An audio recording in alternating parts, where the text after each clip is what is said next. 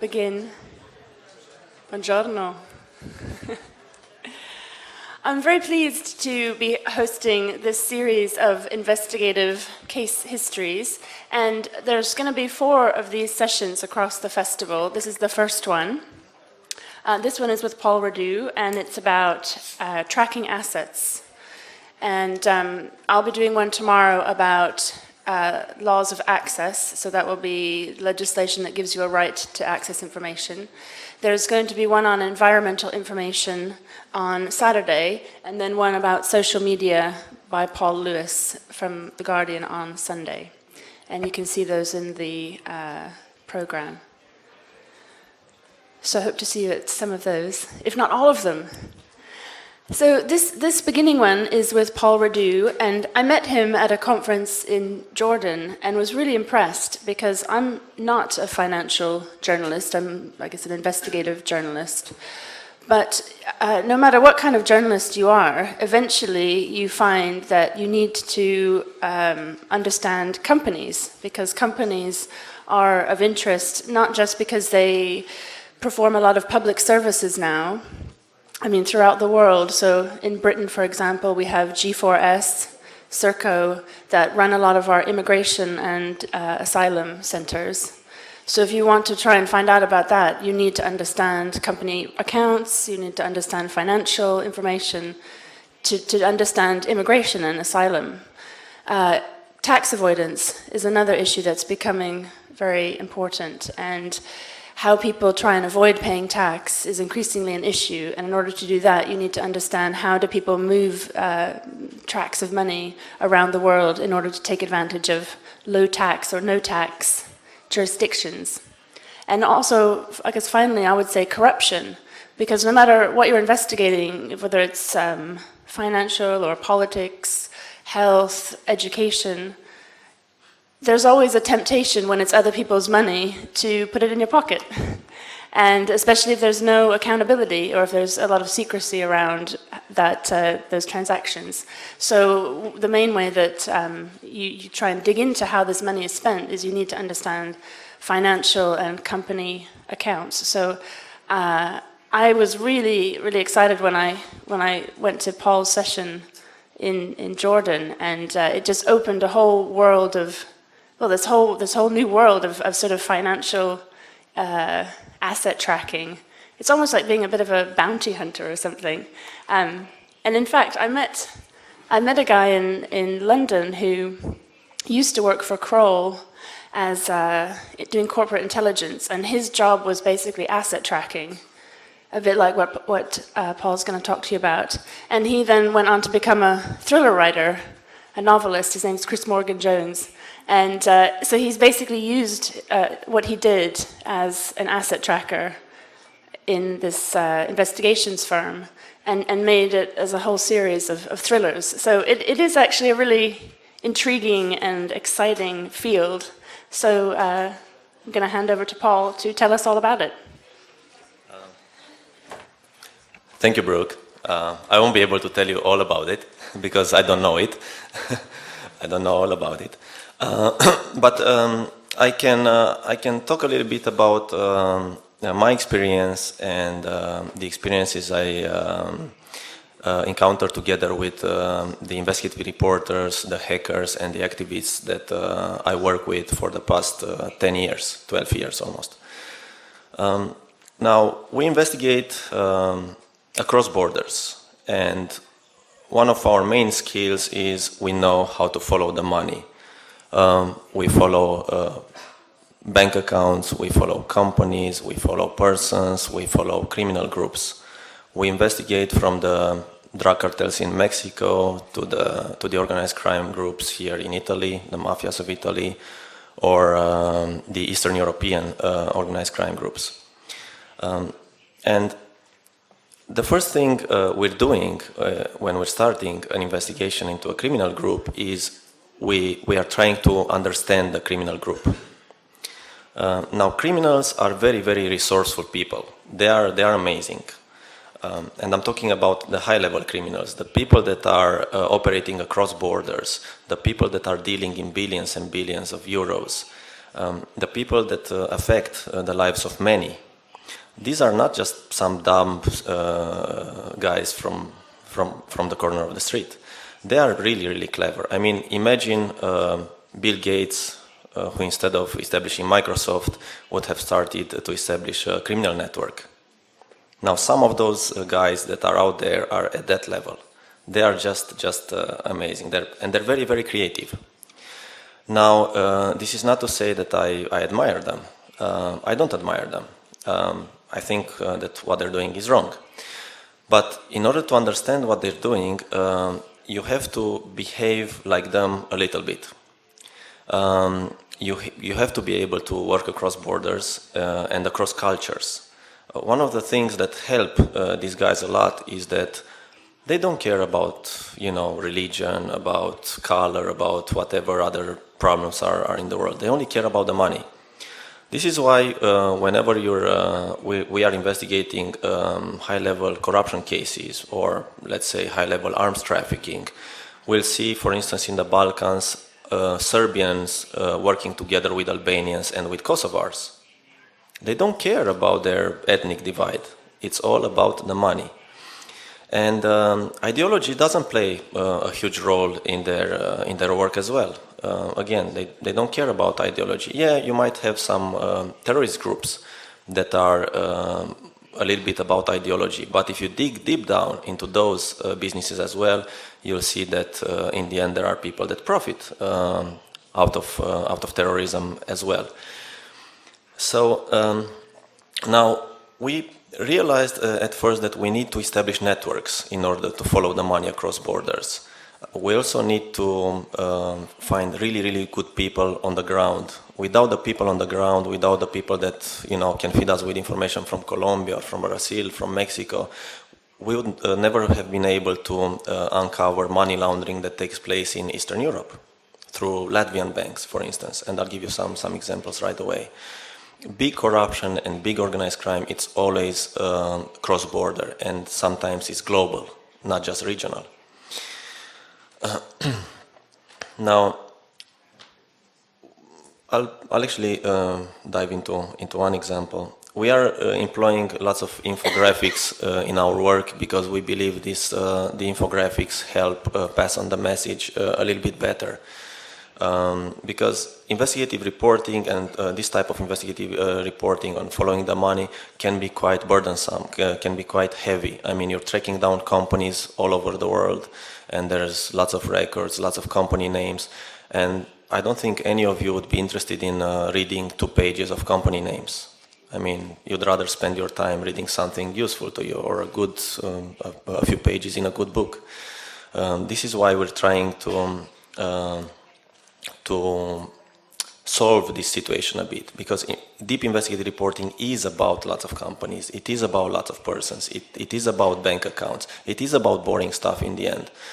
And we're trying to translate these into something that is a little bit more meaningful. So for instance, what you see here is a case, part of a case, perhaps some of you are familiar with it, is called the Magnitsky Case. Now, for those of you that are not familiar with this, this is the case that sits right now.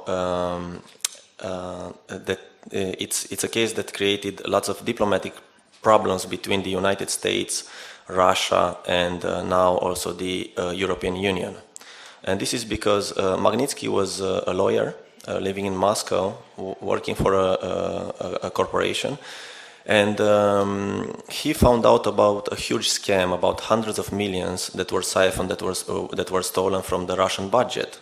And he found out that, and he claimed that people in the Russian government were involved in this theft. Now, he was imprisoned as a result of his findings, and he died in prison, not being allowed to take his medication. He had all sorts of health problems, and he died. Now, he's the first case of a posthumous trial in Russia. He's tried, actually. He's dead, but he's tried. The government started a case against him, accusing him of being the one who stole the money. Now, we tried as an investigative group to help a little bit on this, and we tried to follow the money. And in this case, what you see here is that's going to be your left-hand side, I think, yeah. The Russian budget, and money that went through a few companies in Russia, and then the money went through a few companies in the Republic of Moldova, which is this tiny country at the border of the European Union. And then money went through Great Britain, through the British Virgin Islands, and through Cyprus. This is just an instance of what happened in the case of the Magnitsky money, of this of this fraud that was discovered by Magnitsky. We found out that some of the beneficiaries of this money were actually companies in Cyprus that are connected to, indeed, to people that are in power in Russia. So we proved that Magnitsky was right. Now, you see, this sort of investigation takes you through lots of type of records, records in Russian, from Russian companies. Some of them are very far away in the Far East, then companies in Moldova. This means, these records were in Romanian, companies in the UK, where, of course, the documents are in English, and so on. Now, in order to process all this, you have to know how to access this information. Most of this information is in databases, but databases are not all online. So data journalist is the answer to lots of things, but when it comes to in-depth research, is not yet at the level to provide access to information that would pinpoint where the money goes. Leaks and things like this are very, very useful, but you really need to go for a deeper type of research in order to follow the money, in order to find who benefits from stealing the money. You won't find that in a database. You'll find a company there attached to a name, but what that company does, it's already in a different realm. So what we're trying to do, and what journalists need to understand, is that at this time, there is a different, an extra level of information. There is a level of information that is beyond governments.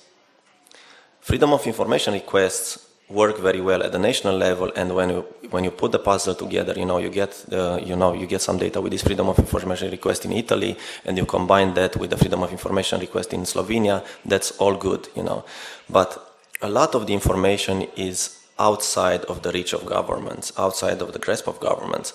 And this is because these people that we are investigating, the high-level organized crime and corruption, built their own type of virtual governments. I'll give you one example. Take the Sinaloa drug cartel in Mexico. Now, the Sinaloas were able to launder over 300 billion US dollars over a period of 4 to 5 years. Now, the government in Mexico City doesn't have that kind of money at their disposal. We're talking about one criminal group laundering more than 300 billion US dollars. Now, can you imagine the government of Mexico trying to fight that criminal group with what? It's virtually impossible. This money, most of this money was laundered through United States and British banks. And the bankers were complicit in this, and they were just doing their job, and they just provided the service. Now we call this type of services the criminal services industry.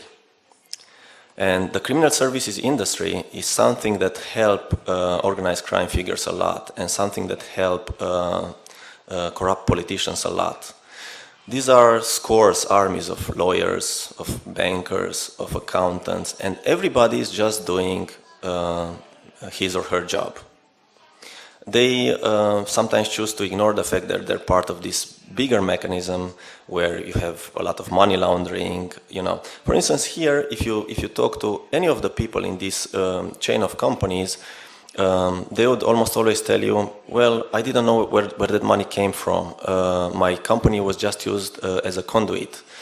In some cases, people don't even know that they own these companies.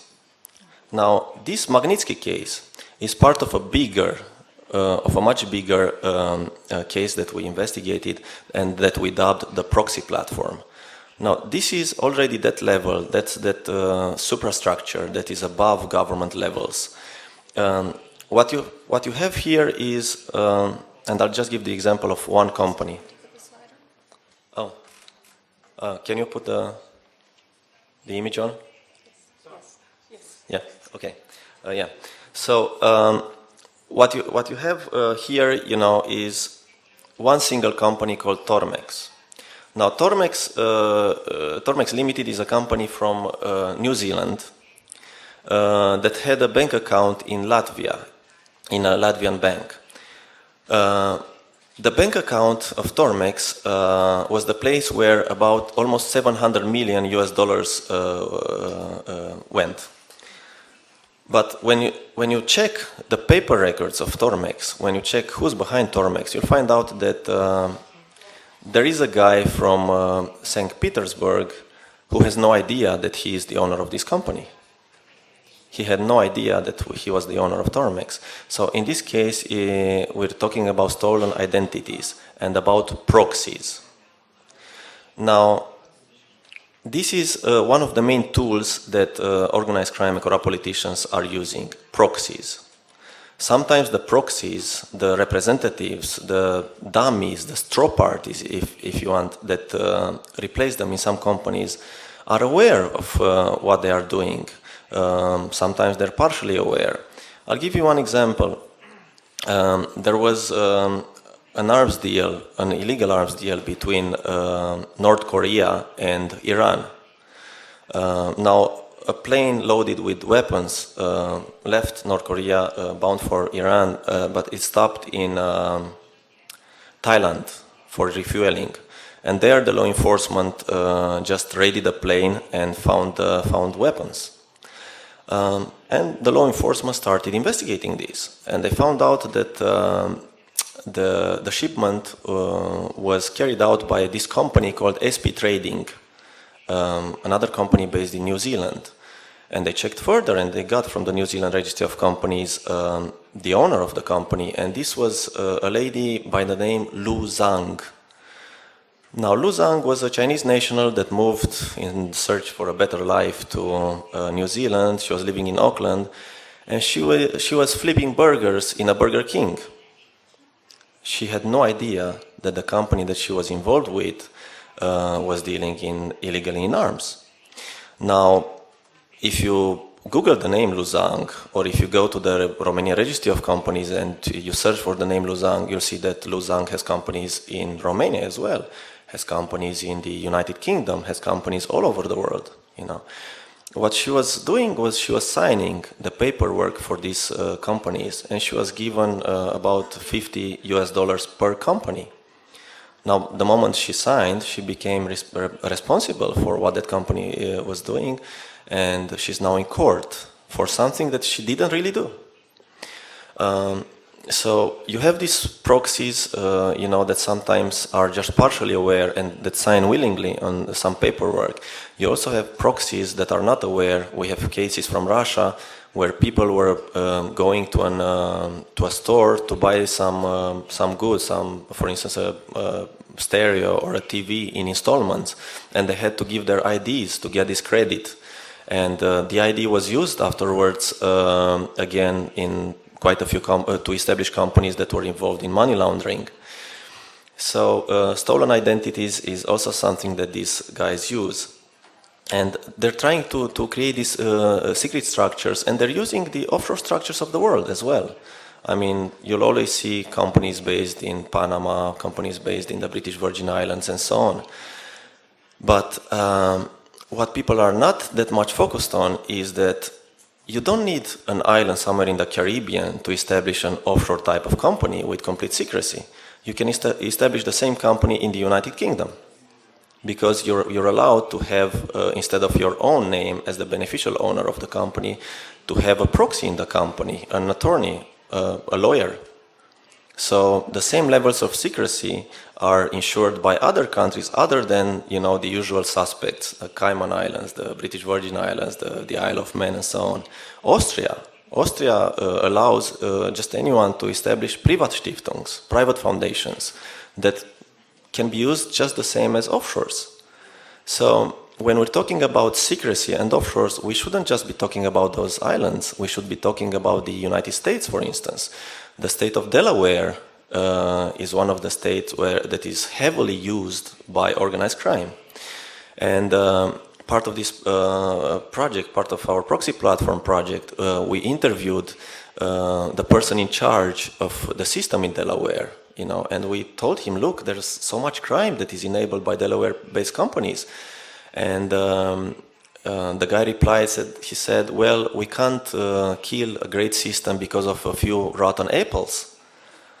Now, those few rotten apples are actually damaging the lives of many, many, many people.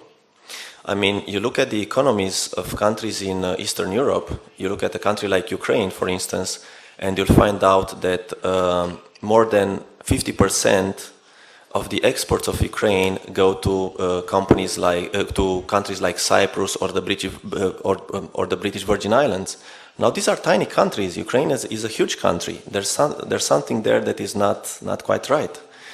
So offshores are used by politicians to disguise their involvement with companies. And if we can solve some of the problems of the world, one of the single measures that should be taken would be transparency in business. If we'd be able to find the beneficial owner of any company on earth, if business would be really transparent, lots of our problems would disappear. Just like that. It's about political will. But of course, you have, lots of states ranting about the usual offshore havens, but not doing nothing in their backyard, which is a big problem. Now, creating these secret kind of structures takes some time for these criminals or for the corrupt politicians, and they're always debating how to create these structures as flexible as possible. For instance, we were investigating the Swedish telecom company Ericsson. And the investigation started with a minor thing where a Romanian broker, a sort of mini Madoff, Bernie Madoff. So this guy fled Romania because he lost the money. He was involved in some pyramidal schemes and he lost the money of a few Romanian politicians, artists, and so on. And he fled to Iceland. And because we work with journalists all over the place, we got in touch with journalists in Iceland and we asked them to talk to this guy. He was in Reykjavik. And finally, to cut the story short, the guy agreed to talk to the Icelandic journalists. And he told them on the camera something very interesting. He said, "Yeah, well, I lost this money for these politicians, but this is not the reason why I fled the country. The reason why I fled the country is that my company, one of my companies that is based in the British Virgin Islands, was used as a conduit, was used to channel money from big corporations to politicians." And the Icelandic reporter, our friend, asked, "What corporations?" And in the end, this guy said, "Ericsson." The next step was to get in touch with Ericsson and with journalists from Sweden that got in touch with Ericsson, and we found out that indeed money was channeled from Ericsson to this company, to this British Virgin Islands company, but Ericsson claimed that this was done by their former executive director for Romania. And we found out that there was a court case between the former director and Ericsson, and the court case that we got from Stockholm highlighted a very, very interesting scheme. Highlighted that corporations like Ericsson use the same tools that organized crime use. They established a system called the World Commission Scheme that would allow Ericsson to secretly pay money to agents, and they defined agents as people that can advance Ericsson business. Now, the former director that was involved in paying these bribes said in the court case, I used this system to pay bribes, and he named Romanian politicians. And they used very complicated structures involving bank accounts, numbered bank accounts in Switzerland. They used companies in Cyprus, companies in Luxembourg, in Liechtenstein, and so on. The same type of structures, just as we identified in the case of organized crime. So going beyond this veil of secrecy requires a network and the know-how. And what we're trying to do lately is to empower other people than journalists to do this type of work. So this is why we created a tool that we call the Investigative Dashboard. Now, the investigative dashboard is a place where you have registers of companies indexed. This is a new interface of the investigative dashboard. It's not done yet. This is done now with Google. Oh, can you please switch to the computer? So what we do here is we perform a very, very simple function. And I have trained in many countries of the world, and I always notice that journalists have difficulties in following the money across borders for a few reasons. Probably the first reason would be money. You need money to access company records in some countries. For instance, to access a company record in Delaware, it costs you $50, $50 US, and sometimes that company record won't tell you much. To access a company record from Cyprus, it costs €8. Not many reporters can just pay on and on for companies. So money is one problem.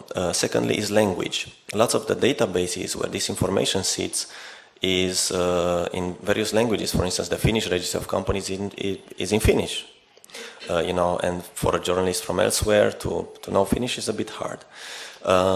And then the third thing is the know-how. The fact that when you want to follow the money, is not enough to just search for one name and one company. You have very complicated structures of companies. You have multiple layers. At points we're identifying 20 layers of hiding. So you have a company that is based in the BVI, that is owned by a company based in Panama, that is owned by a company based in Egypt, that is owned by a company based in Switzerland, and so on and so on.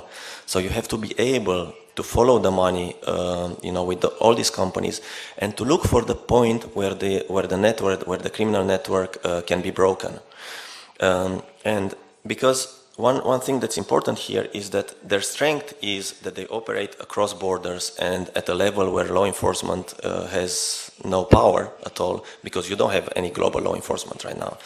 But that's also their weakness, because you can get data from various points in this network. So, for instance, in the case of the Magnitsky money, the breakthrough came from Moldova, from the Republic of Moldova, where we accessed a court case that listed lots of banking records of one of the companies involved. But that banking record gave us access to the other companies. So the trick right now in investigating cross-border organized crime is to find the weak links in the network and to identify where the information can be tackled easier. And many times it's much easier to access the information from outside of a country than it is to access it from inside of a country. We're also playing with the fact that information that is not very useful in a geography can be very useful in a different part of the world. Let's say you get a database where you have, all the, Icelandic citizens that are involved with companies in the UK or in Switzerland. Now that data would not tell you much here in Italy, but perhaps for the Icelandic people, for the people in Iceland, this would be very, very useful, taking into account that they were the first to face the financial crisis and so on and so on. But tackling a network from various points is also useful because it creates new stories. And operating across a network doesn't mean more competition. Investigative reporters are many times very competitive, They don't want to share information. We found out that by being open and by sharing information, we can create more and more stories. And we can also be much more efficient.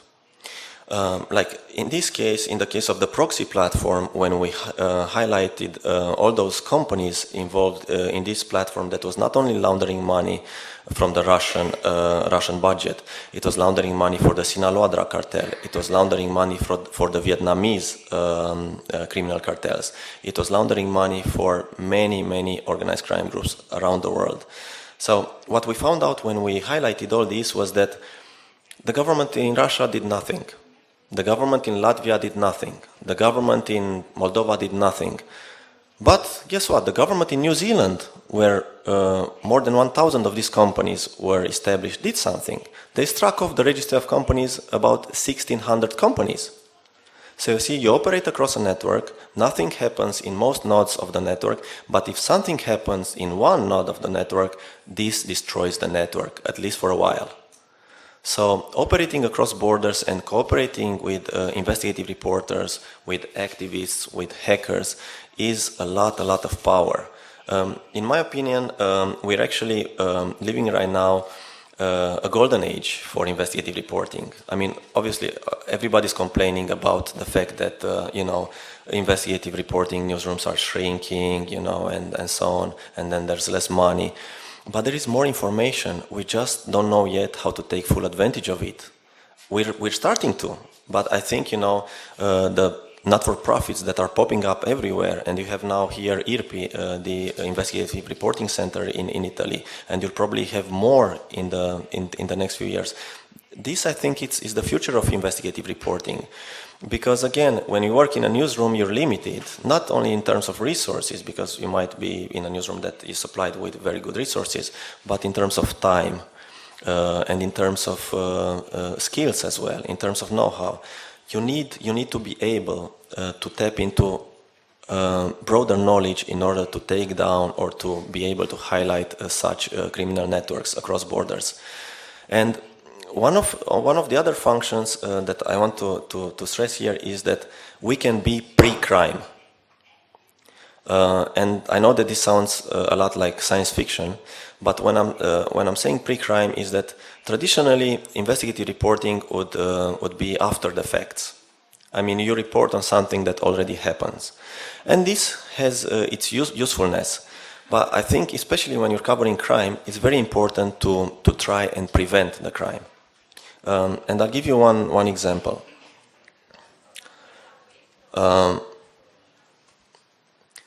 Once you identify that a criminal group is active inside a country, and once you identify that the criminal group is also operating across borders, you can assume that the same type of criminal acts happen elsewhere. There's always an import-export of crime, of criminal models.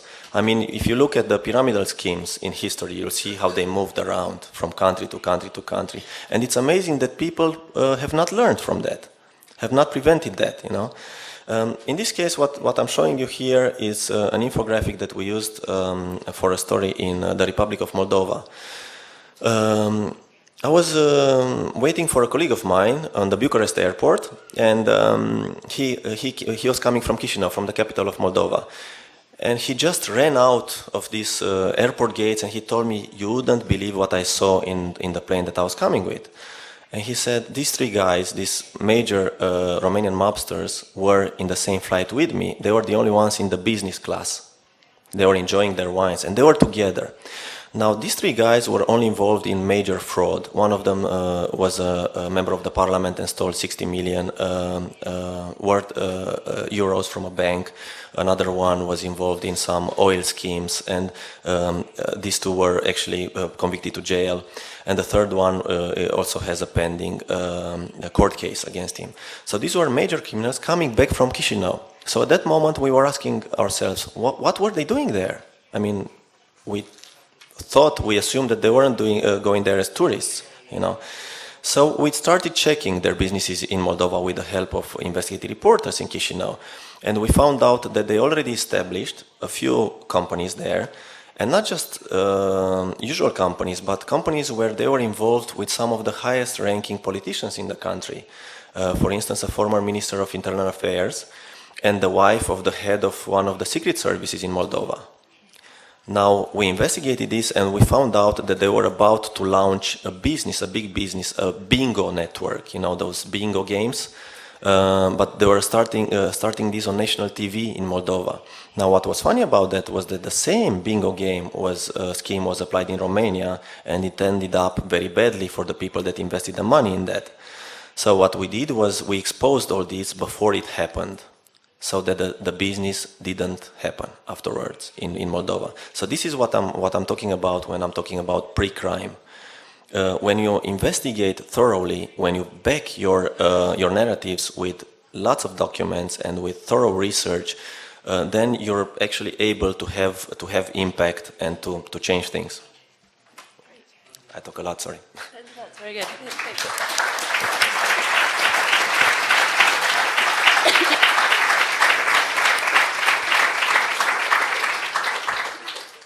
Can I get an idea how many people want to ask questions? If you just put your hand up.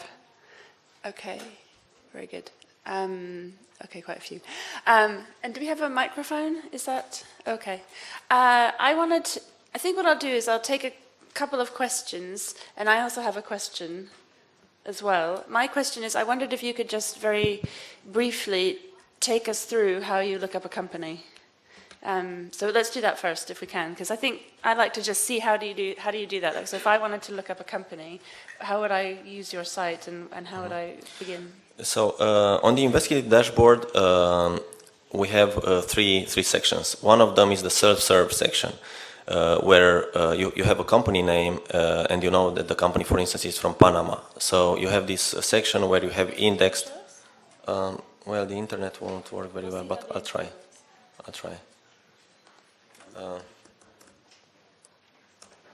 So I'll try connect right now. So one of these sections is the self-serve, where you actually go to the database that you're aiming for, and you try to get the information yourself.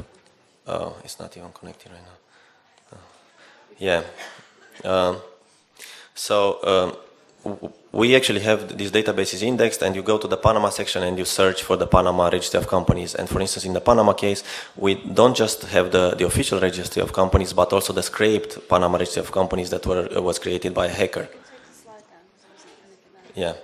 So the idea is that if you're able to do it on your own, if you have the resources, and if you know exactly where that company is from, you just go there and get the information, and you end up with a company record. Now that company record might lead you to a different company record, because in the company records you'll find sometimes just people, sometimes you'll find people and companies, and sometimes you'll just find other companies. So you have to research and research further.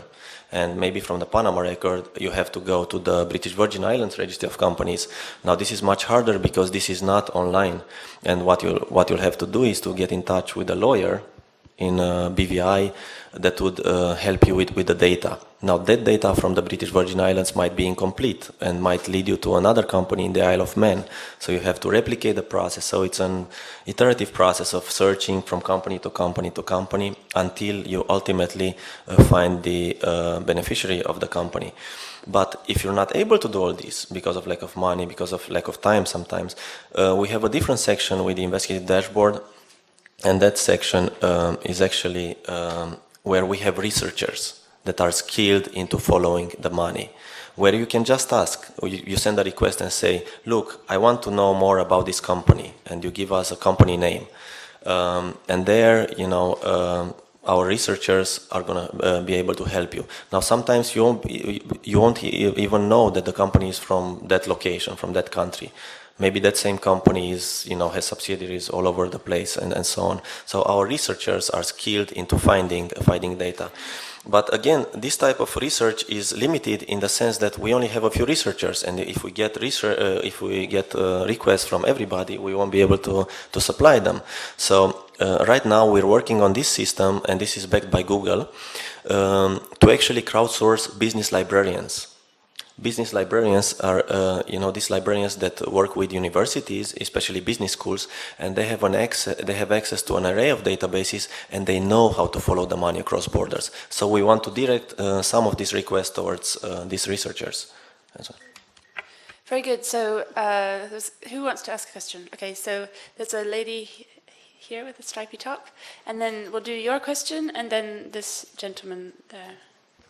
And then maybe we'll do three, actually, well, depending. And try and keep them concise and actually ask a question, not a statement. Now, you mentioned a number of countries and regions that have traditionally been havens for with loose financial regulation that allow these sorts of companies to be set up. You also mentioned New Zealand, which I understand this has happened in the last 4-ish years. Are there any other countries that have started to emerge, perhaps since 2008, as regions and areas where these companies can be set up? Okay, and just hang on to that. And then if we could ask this... Hello? We're taking several.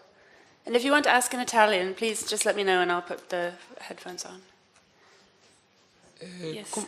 come possiamo proteggerci dai furti di identità, quindi come possiamo proteggere la nostra identità dall'inserimento in un sistema di proxy o altre cose? Non so se c'è qualcun altro. And then just that third, just you do that. It was more or less the same question as was asked, whether there were really some safe havens for money offshore places, or whether any country could potentially be an offshore, because we have this idea that there are some offshores, like the Virgin Islands, that are more offshores than others, but is it just an illusion that maybe any country can potentially be, and that's basically my question. Okay, do you want to go take all those? Okay, so I mean, yes, there are emerging countries in the offshore business, and one of them is the Emirates, and especially Dubai. Dubai is sort of the new hip offshore haven, and it's very hard to get data from there. And Dubai, to some extent, replaced Cyprus. Cyprus used to be the offshore haven of choice in Europe. But aside from that, I mean, I can establish, if I want, an offshore type company in my country, in Romania, easily.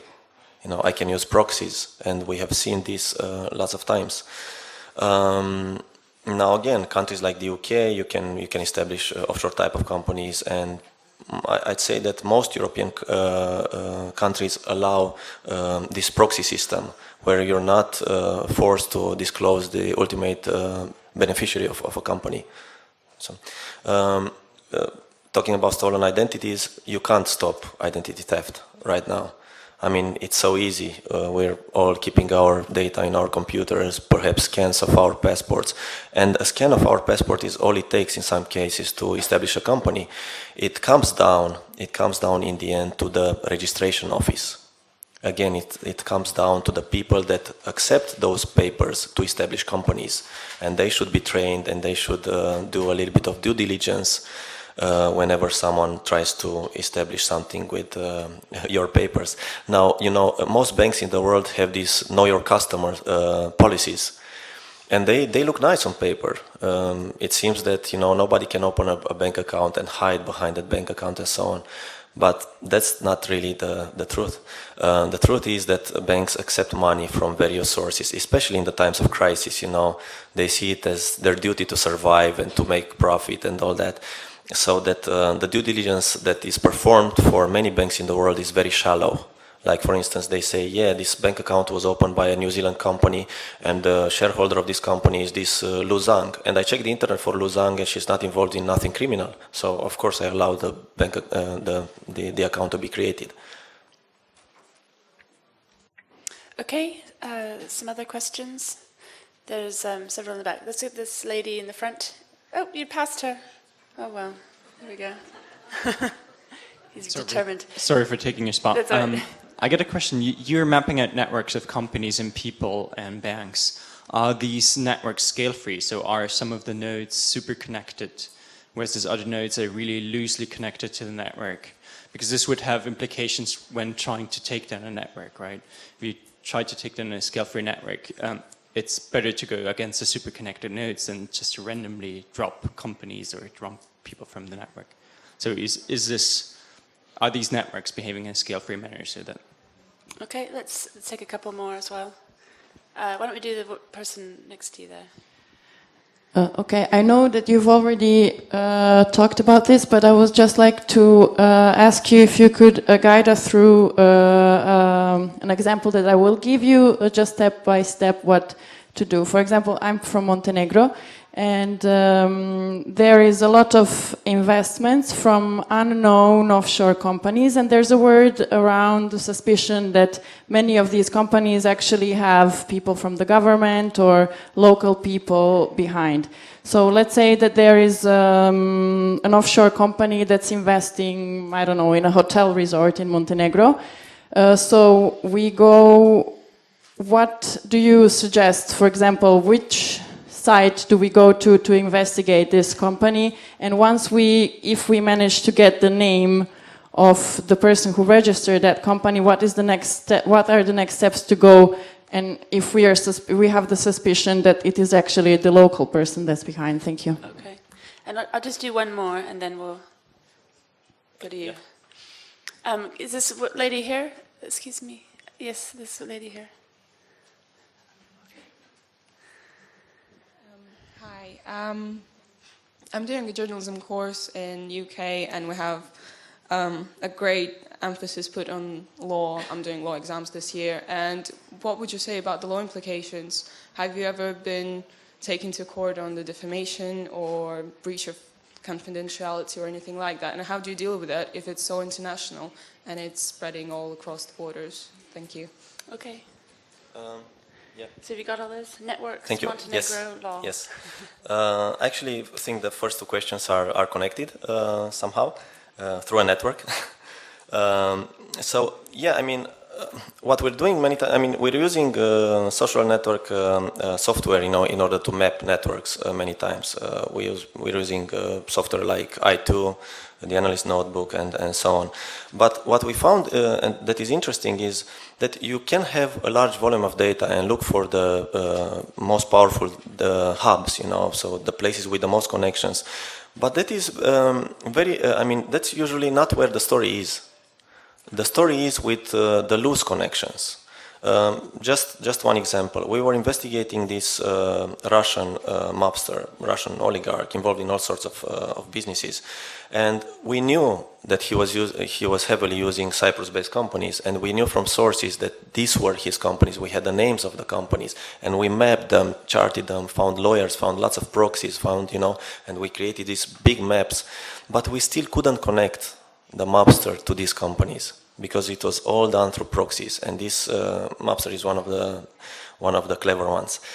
And but then we noticed that one of the proxies, a lawyer from Cyprus, shows up in a company that owns a boutique in I think it was Limassol or Larnaca, where and this boutique was selling shoes. Now, what was interesting about that it was owned by the wife of the mobster. So that created a connection with the family of the mobster, not the data that we dug for so much, It was this sleep, These people are human in the end, and they have their needs, and they have their relatives that have needs, they have kids that have needs, and so on and so on. So you'll almost always be able to find the entry point somewhere, but it's usually not in the strongest part of the hub, because that is where they are most active, in those strongest hubs. Now, regarding the Montenegro case, what I would do, I would first go to the hotel and buy a Coca-Cola or a Pepsi or whatever and ask for the bill, for the receipt, because usually on the bill you have the name of the company that runs the place.